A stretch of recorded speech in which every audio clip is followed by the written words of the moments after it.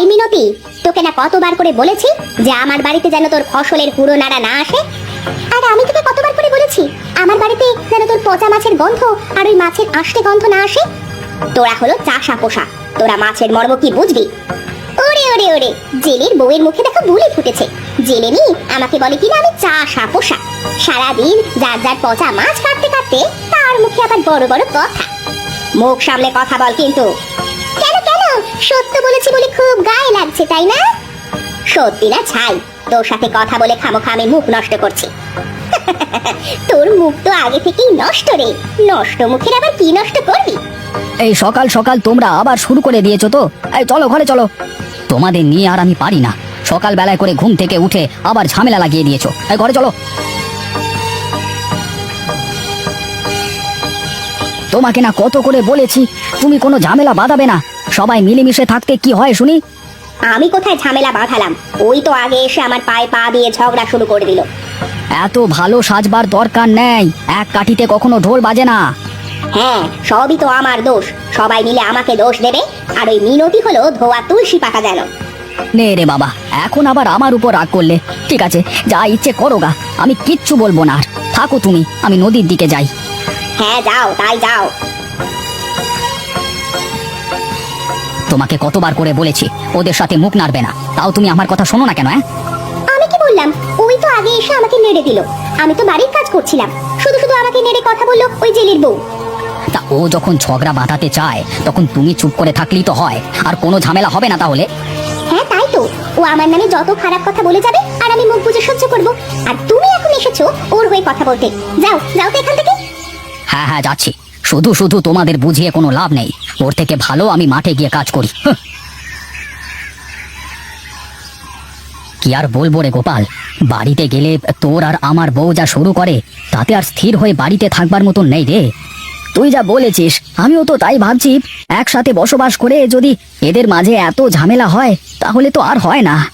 হ্যাঁ রে গোপাল, আর একটা ব্যবস্থা করতেই হবে, নহিলে আর বাড়িতে শান্তিতে বসবাস করা যাবে না। কিন্তু কি করা যায় বলতো? আমারও মাথায় আসছে না কি করব, তুই কিছু ভাব। এই তো পেয়েছি বুদ্ধি। কি বুদ্ধি বল? আগে বল, তুই মাঠে চাষ করে মাসে কত টাকা ইনকাম করিস? তেমন কোনো ঠিক নেই, তাও ওই মাস শেষে ৬-৭ হাজার হয়। তাহলে তো আর কথাই নেই, আমারও তো মাসে অমনি আসে। এই চল এক কাজ করি, দুজনে মিলে সকাল বেলায় মাছ ধরবো আর দুপুর থেকে মাছের কাজ করব।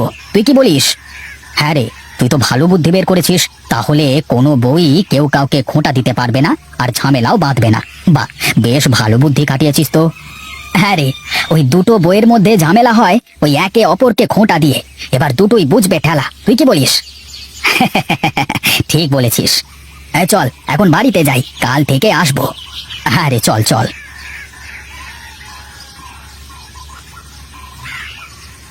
কি গো, মাঠে গেলে বলে গেলে যে এত তাড়াতাড়ি এখন আবার চলে এলে? মাঠে তো গেলাম, কিন্তু অনেক রোদ মাঠে, তাই চলে এলাম। ও ঠিক আছে, বসো। বলছি তুমি কি তখন আমার কথায় রাগ করেছিলে? কই না তো। কি আর করবো বলো, ওই জেলের বউয়ের কথায় মেজাজটা খুব খারাপ হয়ে গিয়েছিল। ও আচ্ছা, ঠিক আছে, ও কোনো সমস্যা না, বাদ দাও সব কথা। আমি জানতাম তুমি এমনটাই বলবে। ঠিক আছে বসো, আমি তোমার জন্য ভাত বেড়ে আনি।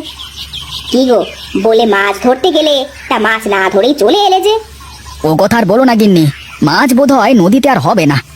কেন গো, ও কথা আবার বলছো কেন? মাছ না হলে আমাদের সংসারটা কিভাবে চলবে? কেন, নদীতে মাছ না পেলে মাঠে গিয়ে চাষ করব, চাষে যা হবে সংসার ভালো করে চলে যাবে। তুমি এত চিন্তা করো না তো। এ তুমি কি বলো? তুমি চাষ করবে মানে? হ্যাঁ চাষ করব, তাতে সমস্যা কি? না মানে এমনি। ঠিক আছে যাও তো, অত কথা না বলে আমার জন্য ভাত বেড়ে আনো, যাও। ঠিক আছে, যাচ্ছি।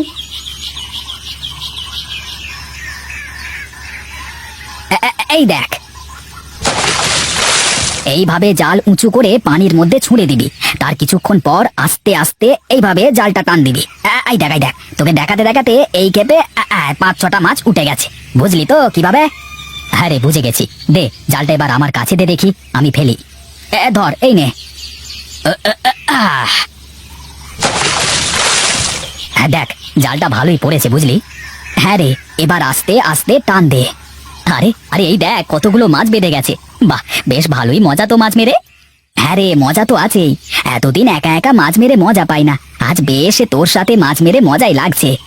হ্যাঁ রে, একা একা কোনো কাজই মজা পাওয়া যায় না, যে কোনো কাজই একসাথে করলে তাতে ভালো লাগে।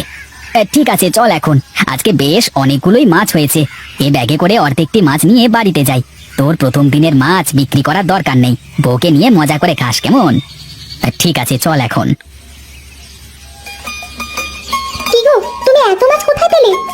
ও হ্যাঁ, তোমাকে তো বলাই হয়নি, এখন মাঠে ফসলের অবস্থাও তেমন একটা ভালো না, এজন্য ভাবলাম আমিও প্রতিদিন গোপালের সাথে গিয়ে মাছ ধরবো, যাতে করে সংসারটা ভালোভাবে চলে। তুমি কি বলো? হ্যাঁ তার মানে তুমিও এখন জেলের মতো মাছ ধরবে? হ্যাঁ, তাতে সমস্যা কি? আর সকালে মাছ ধরবো, বিকেলে চাষ করব, আর এ কি কোনো খারাপ কাজ নাকি? না মানে, অত ভালো তো না।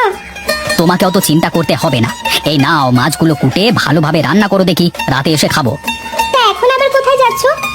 এই যাই দেখি তো মাঠের দিকে, সন্ধ্যার আগে চলে আসবো।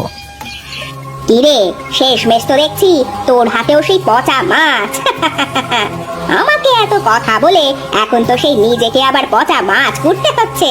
চাষার বউ কোথাকার। আমাকে মেরে কথা বলবে না বলে দিচ্ছি, একটু সবুর করো, তোর বাড়িতেও আসছে। কি কি আবার চাষের ফসল? হ্যাঁ নয়, হ্যাঁ।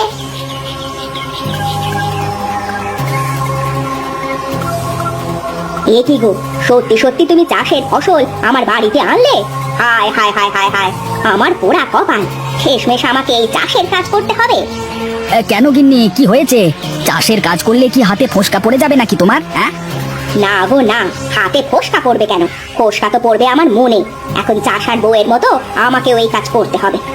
হ্যাঁ, তাই করতে হবে, আর তা যদি না করো তাহলে আমাকে অন্য রাস্তা দেখতে হবে, এই বলে দিলাম।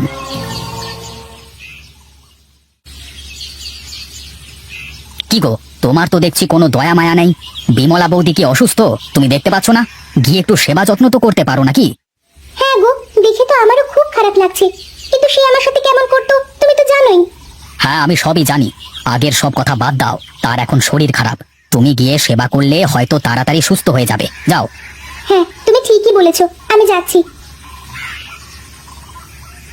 না দিদি, এইটুকু খেয়ে নাও। শরীর খারাপের পর থেকে তো তেমন কোনো খাওয়াই হয়নি তোমার। নিয়মিত খাবার খেলে তুমি তাড়াতাড়ি সুস্থ হয়ে যাবে।